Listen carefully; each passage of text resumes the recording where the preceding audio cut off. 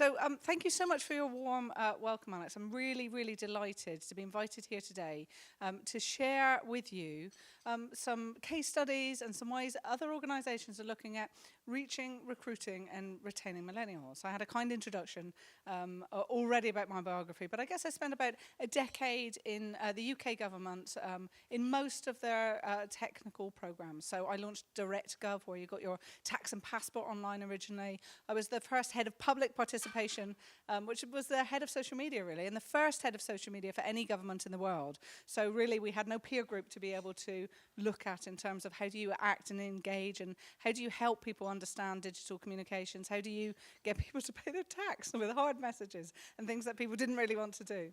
I launched data.gov.uk and did social listening during swine flu, and I help large businesses with better digital and social media kind of capabilities. So that's my remit. And I was asked by Buckinghamshire Business First to look at a topic that might be useful for all of us. You come from different businesses, you're all mainly entrepreneurs, I found out tonight, talking to all of you. You own all your own businesses. So I wanted to focus on something that wasn't just a high-level inspiration over dinner, which is actually perhaps some things that are practical and useful for you to consider. And actually how we engage young people, how we engage more digitally savvy people, the kind of digital natives, I think was one common theme that reached across everyone. So that's some of the things I'm going to talk about. I've got about 20 minutes, really, of PowerPoint and talking with you. And I'd love to do that as a straight-ish piece so that I can allow us all to go home at the agreed set time that we have. But I'd love to take questions afterwards. And as soon as I finish, then we'll go into questions. Is that okay with everyone? And can everyone hear me okay?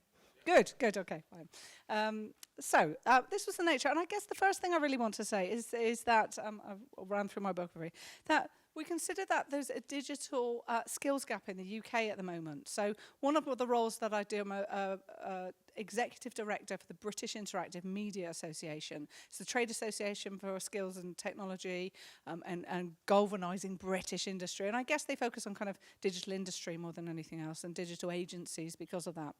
And we know through research, through Creative Skill Set, through BIS and through BIMA, that actually there's a gap in terms of skilled people leaving university with the right digital business skills to translate their native knowledge to using digital skills, as well as 7,500 jobs unfulfilled in Tech City at the moment. We think we're going to need something like 750,000 extra jobs in the digital industry in the UK in 2017. So there's all these kind of research reports that come out that we analyse and put together. And if there is a digital skills gap, you know, there's really sort of, we talk about millennials, you've heard about millennials in a couple of your others, and you might use your own term for it. But I guess the main thing about the millennial myth is they hate to be called millennials, okay? And I just wanted to address it. So from here on in, I'm going to call them young people who are kind of a bit digitally savvy. And the media, not me, not BIMA, count them in three categories, really, and they all behave differently online. So I guess the Generation Y is the group that people look at in terms of kind of true millennials. Now they're kind of around 28 to 36-year-old. I picked women, and I've picked Cora Elson here. So Cora's a journalist, a video games journalist in a male-dominated UK industry that's worth 568 million in the UK. And she started as a journalist, started working on Grand Theft Auto, I think, as a video games journalist, and really kind of her age group use digital more collaborative. They kind of share really their thoughts and they appreciate others. The group below them, and I guess our most famous British citizen is Zoe Suggs. Zoella. Has anyone come across Zoella or heard about them in the industry? She's won many awards globally, being a YouTube star, a hall queen. She is a beauty and a fashion vlogger, video blogger who will go and buy things and showcase them online on her video channel. 5 million subscribers, a book last year. And actually, the media are calling this group of people kind of Generation C. They're around, 23 to 28 years old, and they use digital media kind of more expressively, if you like. The people that we've really got to watch out for are what the media are calling Generation Z. They're kind of now up to around 20 years old. And one of my favourite case studies from this is Martha Payne, who through a school project did a blog, Never Seconds, which was how rubbish her school dinners were. They said, pick something that is in your life, pick something that's every day. She took a photo of her school dinners every day, including hair count. and how revolting it was and how poor it was. And Jamie Oliver picked it up as interest. People from Japan were sharing their photo of their school dinners. And it changed the way a little bit in terms of how school dinners are delivered today. And really in industry, we think these are the guys we've really got to watch out for, because they grew up not just as digital natives, they grew up when social media was really sophisticated. And they grew up being passionate and caring and being able to be socially connected and understanding it and doing it intrinsically. And when these people come to be our leaders in big businesses, in 10 or so years' time from now, you're going to walk in and say, this is how we've always done it. Not necessarily within your businesses, you're entrepreneurs by heart, but in larger organisations, and they'll say, no, I'm not going to do it that way. And we think that we've got about 10 years where we've got a skills gap, and we've got 10 years where these guys are going to revolutionise the way we do government and industry and education and business. And what we need to do is, how can we make our businesses fit and attractive for younger people with digital skills and capabilities? So I wanted to share a little bit about kind of loyalty, because what we're really talking about in attracting young people, whether they're digitally savvy or not, is how do we as businesses create loyalty? There's all kind of doctrines and there's all kind of studies about it. I might just build these 5 points and talk around them. So one of which intrinsically is allowing people the flexibility outside of the job role to play to their strengths, to understand what people are good at, and to be able to allow them the flexibility to deliver against that. And then looking at the Times Top 100 of best places to work, we've done some analytics around what are the things that they all have in common. Why are employees saying that this is a great place to work? And there's 4 points I want to share with you. It's really organisations that are continually voted in a nice place to work are employees are bonded together through social endeavours. If you've got a large enough business, that works out as your company sports day, or it might be your internal cycling teams, or it's a physical activity that employees are doing. The other one is that organisations are allowing people to have skills that are unrelated to their working life. Scuba diving, sushi making, things that they're just getting people interested in learning for learning's sake. There's investment in the development of intrapreneurs, so creating people who perhaps don't want to set up their own businesses, but actually creating an entrepreneurial mindset internally. And kind of corporate social responsibility programs that are really working are not giving 10% of your profits away to a business. They're actually getting employees to volunteer in charities where they can see the results of their endeavour by working with charitable foundations and that kind of bonding. So I wanted to, just kind of do a headline about loyalty in terms of what are we talking about in terms of making a workplace attractive and allowing programs into helping people become more loyal. What I was asked to, and on what we've put together really, is how do we reach, how do we recruit, and how do we retain young people and digitally savvy young people, really? So I guess the first point of view is in terms of looking at attraction. So have a look at your own digital estate, your own house in order, and find out what it says about you. Put your company name into Google, have a look where you come in terms of your ranking. What does your leaders on social profiles say about you? Are their LinkedIn profiles complete? Do they have one? Are they active on social channels? I've just taken a screen grab of here of Bill Marriott, who runs Marriott Hotels, very active blogger, talks about the day in his daily life. But it's very clear from a leadership perspective that, yes, he might have some support about doing it, but it's very clear that this organisation is presenting quite a clean digital face to say, actually, we're interested in this type of work. Your jobs pages and where you advertise and how you advertise the jobs that are available used to be, have grown up really. People are now talking about them in terms of web attraction platforms, but actually it's no longer just the list of jobs. You have the opportunity to, plug those points on a map, have, short videos about what it's like to work here, whether that's on your website or then peppered across social media, but really showcasing the place. There are organisations now that give a kind of, pan shot of the canteen because people actually want to see what it's like. Only do that if you've got a good canteen, by the way. Only if your canteen is really nice. To be able to say, this is the kind of environment that we've got here. So you could use rich media in it. And still in attraction, you want to be able to manage people's expectations. So I've taken Lego, Boots and ITV here. All of their careers pages have a flowchart of what happens to you next What happens? Where are you in the process? You put your submission in so that people have those, understand the expectations of what's going to happen with them next. Boots categorise different types of jobs, and ITV give you kind of a flow of things that you can become. So help people with that journey in terms of manage their expectations. And then, furthermore, you've got the opportunity to create your own social profiles, which many of you might have already on platforms, social platforms. So you've got your presence on LinkedIn, maybe your presence on SlideShare, maybe your presence on YouTube, kind of explaining who you are and what you do. And this is all part of your kind of attraction strategy so that people can find you and find the information about your company in the places that they go. There's something to be said about creating the right environment. This is a shot that I took on my own iPhone of BBC Media City up in Manchester. We haven't got the luxury of creating beautiful booths where people can have private conversations. But what we have got is the opportunity to kind of create the conditions. One of the things the BBC did was sit the editorial team with the digital team, so they had to talk to each other. One of the most successful UK growing companies is UK TV. And one thing they do is not hot desking, because everyone in hot desking goes to the same desk, okay? Whether they remove themselves at the end of the day or not. They do co-location. 4 times a year, 3 p.m. on a Friday, you get up and you move to your desk, and it's sat with someone who's not from your team, but near enough to your team that you can see and speak to them.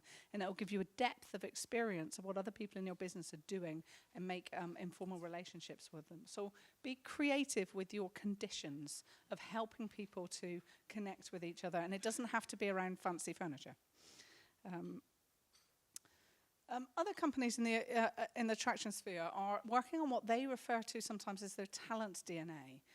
They're setting the behaviors you want to recruit against. So if you look at their jobs pages, they're saying, these are the type of people that we'd love to be able to engage with. They're looking at what are their competitors saying. So I work a little bit with TalkTalk. They say, well, we're not looking at other broadband providers. We know we're the EasyJet of broadband providers. We actually want the talent that might go to Skype, that might go to other technical companies. And we're interested in technically, digitally savvy people. So we're going to create our DNA, our talent brand around the fact that actually we want really sophisticated digital people. But you have to marry that with the experience that happens internally. If you say we're brilliant and we're really technologically savvy and people come in and that isn't the experience, you'll get that 100-day attrition rate. You'll get people leaving after 3 months very, very quickly and very easily. So you have to balance those. Some of the three brands that are doing talent DNA, who say what they do and do it very well: Amnesty International, Fatface, and Rackspace. Rackspace are a hosting company. Their talent DNA is we honour the individual. How they live that is nothing to do with technology. On the first day of your new job, your line manager will walk down and greet you and shake you by the hand at the front door of the building. And I think that really brings alive about how we honour you as an individual in a very small way, and they take that right through their business. So that's the kind of things we're talking about, having a statement of how you behave and attracting people towards that. So moving on to kind of the recruitment aspect in terms of looking at young digital talent, there's all different ways in which that we have the opportunity to engage wherever we work, wherever we are, in our flexible working or remote working. There's the opportunity to do Skype interviews. There's the opportunity to use video conferencing. There's the opportunity to engage. There's not much I'm going to say in terms of the recruitment, but there are tools now where you've got the opportunity to coordinate and collaborate and still have that video touch point. I don't think it really gives you as much as a face-to-face would, but it does make the logistics of that, and particularly international talent, a lot easier to be able to review at scale. You've got the opportunity to do dedicated digital outreach. So Channel 4 traditionally used to put all of their jobs on the Channel 4 brand, which people went for TV news as well as anything else. And they grew up the capability internally to then just have 4 talent jobs. Because so many people were wanting to know what are, the jobs available within them. So then they put in some dedicated training and teams to just evolve that brand. We've seen it with Ada1 Careers. We've seen it. Boots are really, really good at it just around Christmas. They need a bunch more staff, short-term staff, just at Christmas time. So they've got the capability to just do that outreach directly on Twitter. So you've got the opportunity to grow your capability, pick a channel that works for you, and do dedicated outreach on there. Channel 4, what is quite interesting is they do Twitter Q&As for an hour. So they'll say, this is what it's like to be a production manager. Let's have a chat about it. We're here for an hour between 12 and 1 on a Wednesday just to tell you about that job role. They're saving 5 figures a month because what they've done is they've been able to reduce the number of candidates that apply for those jobs because people have engaged through social media and understood that they're don't want to be a part of that. It's not quite right for them because they managed to engage. But they've increased the caliber of the people that apply, and they're doing it directly and not paying agency fees. So there's a real point rather than, where we all are on our journey of social media, whether we really embrace it or are a bit reticent to. But there's a point to it when it's done effectively and well that they've used. And then I guess larger organisations we've seen are growing dedicated social media talent pools. So for example, Apple, the CIA, Ernst & Young all have a dedicated Facebook recruitment strategy. So this isn't just a social media recruitment strategy. They're looking at where can we engage with young people? Where can we reach the 99% of people who didn't get the job? Okay, so the people that were so engaged with our brand that we've given them such a good service that they'll come back and apply, they'll surface other jobs to other people, and they'll be engaged with us and want to apply for other things. So they're growing communities of 30,000 fans and such like and presenting kind of job opportunities in a dedicated talent pool. There's a research company in the States called JobVite. I have to pick the States figures because we don't have it in the UK. There's not been that research done in the UK. But it says socially recruited people give you a lower attrition rate in your business. So if you find people when you recruit them directly through social media, you've had the opportunity to warm them up to your brand and to have a conversation and give them a brand or business experience. That means they're less likely to leave your business because they've made the right decision about where they want to be. So the next stage is really onboarding. Once they've come into the business, once you've selected them, once they've gone through the recruitment process, what are the ways in which that we can help young people, particularly digitally competent people? We've seen all kinds of mentoring programs internally in businesses, whether you've got onboarding software or whether you do an induction day or whether you do an induction week or however you treat people to get them, up to speed really within your business is the whole kind of onboarding process we're calling it here. We've seen the growth of reverse mentoring, where young people come and sit with, senior leaders or board members and help them understand how they're using digital and social media. And I think that's giving unnecessary and undue credit to young people, because actually what's missing is that two-way relationship of what the board members can teach younger people about business itself, because there's a disconnect between the skills that they have and the way that they apply it. So we've seen almost the pendulum swing too far in favor of young people over-honored, over-promoted, given kind of global roles because they know how to use digital and social channels. They have a lot to learn business-wise in the construction. You've got an awful lot to offer them in your businesses itself. So make it a value exchange and make it appropriate when you bring people on board. It doesn't always have to be digitally delivered. It can be kind of matched and enable those conversations to happen. So this is an example of Google. Google do E to E, or actually they're Google, so they call it G to G, Googler to Googler. If you work with them, you're a Googler, apparently. And they have peer-to-peer learning. And it's some things that we did in the UK government in a really unsophisticated fashion at the time. Who has got the skills that we need? Who's doing it well in any department? Let's pull them together and help them with their kind of internal training and to pool that skills and knowledge. Can be done very simply. I'm not sure, no. I'll look at the genus of the photo afterwards. And then there are all kinds of tools that you can use for onboarding. There's onboarding software and performance management software that you can get. We're not going to talk about them too much in this regard.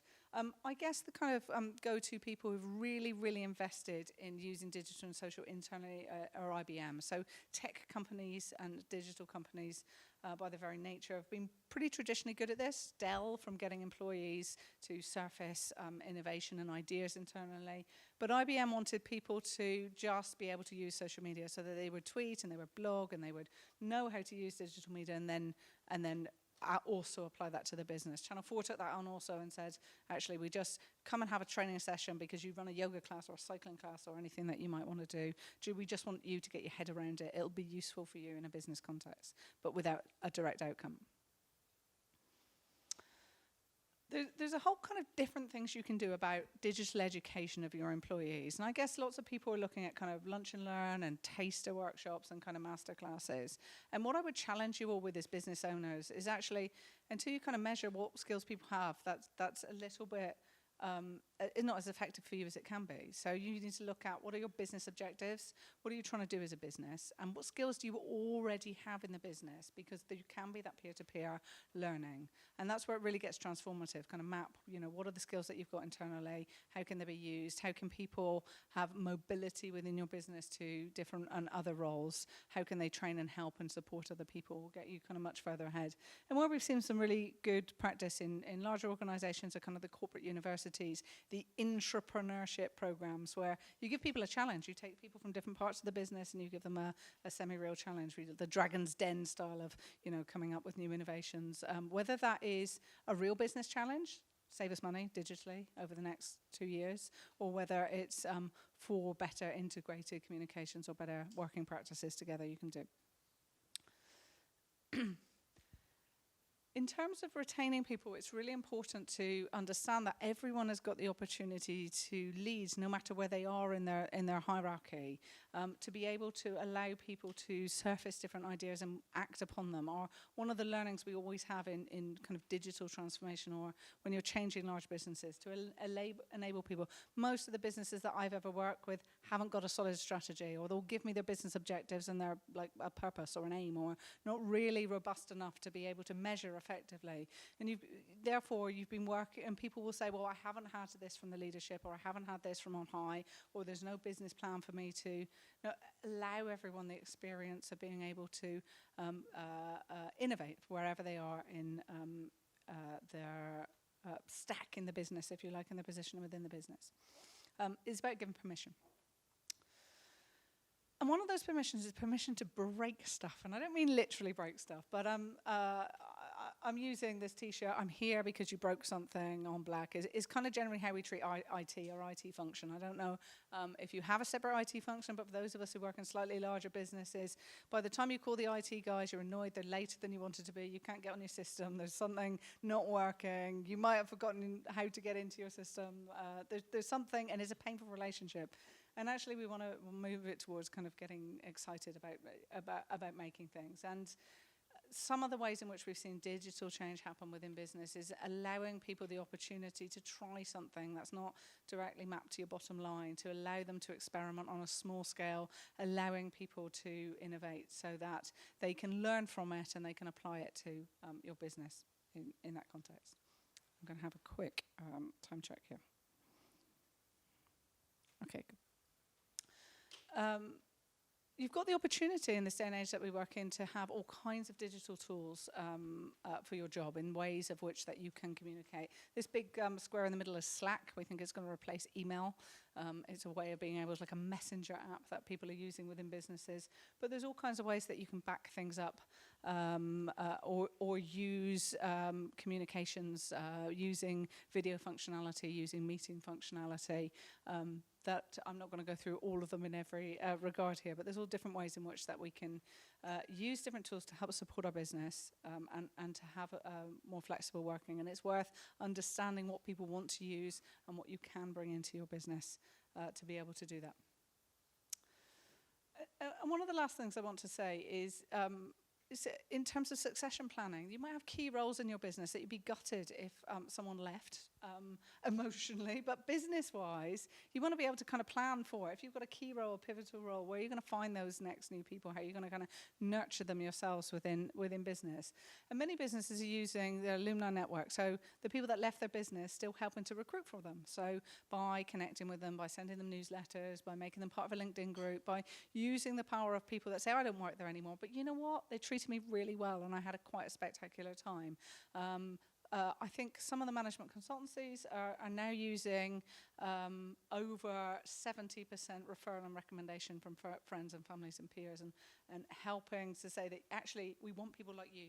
We want your network, you know, help us to recruit the people within the business. So don't ever forget the power of your alumni network. That is plenty for me. I'm Tiffany St James on most social channels, and I'd love to have some questions for you. Thank you so much for your attention and listening and peering around corners, particularly this team here. Thank you very much.